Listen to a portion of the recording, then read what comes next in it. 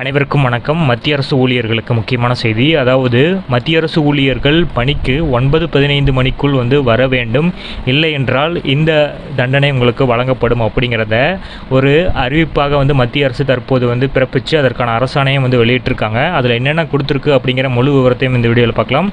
So இந்த வீடியோவை skip பண்ணாமல் கடைசி வரைக்கும் பாருங்கள். நம்ம சேனலை சப்ஸ்கிரைப் பண்ணாதவங்க பண்ணி வச்சுக்கோங்க. நம்ம சேனலில் சென்ட்ரல் மற்றும் ஸ்டேட் கவர்மெண்ட் சம்பந்தமான ஆல் அப்டேட்ஸ் போட்டுருவோம். அது மட்டும் இல்லாமல் பென்ஷன் சம்மந்தப்பட்ட முக்கியமான அப்டேட்ஸும் இருக்கும்.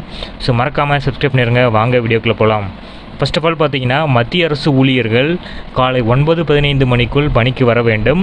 அந்த நேரத்திற்குள் வராத பட்சத்தில் அரை நாள் சாதாரண விடுப்பு கழிக்கப்படும். ஊழியர் ஒரு குறிப்பிட்ட நாளில் அலுவலகத்திற்கு வர முடியாவிட்டால் அதை முன்கூட்டியே தெரிவிக்க வேண்டும் மற்றும் சாதாரண விடுப்புக்கு விண்ணப்பிக்க வேண்டும். மூத்த அதிகாரிகள் உட்பட அனைத்து ஊழியர்களும் பயோமெட்ரிக் வருகை பதிவு முறையை பயன்படுத்த வேண்டும். அதிகாரிகள் தங்கள் பிரிவுகளில் பணிபுரியும் ஊழியர்களின் வருகை மற்றும் நேரமின்மையை கண்காணிப்பார்கள்.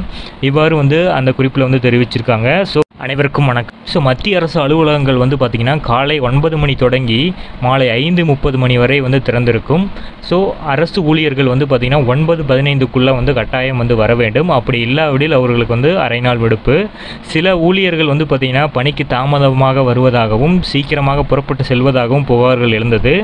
கொரோனா காலத்திற்கு பிறகு பலர் பயோமெட்ரிக் வருகை பதிவு முறையை பயன்படுத்துவதில்லை என்றும் தகவல்கள் தற்போது வெளிவந்திருக்கு. இந்த நிலையில் மத்திய அரசு ஊழியர்கள் காலை 9:15 கட்டாயம் வருகை புரிந்திருக்கணும் அப்படிங்கிறதையும் இதற்கான அரசாணையும் தற்போது மத்திய அரசு சார்பாக வெளியிட்டிருக்கு.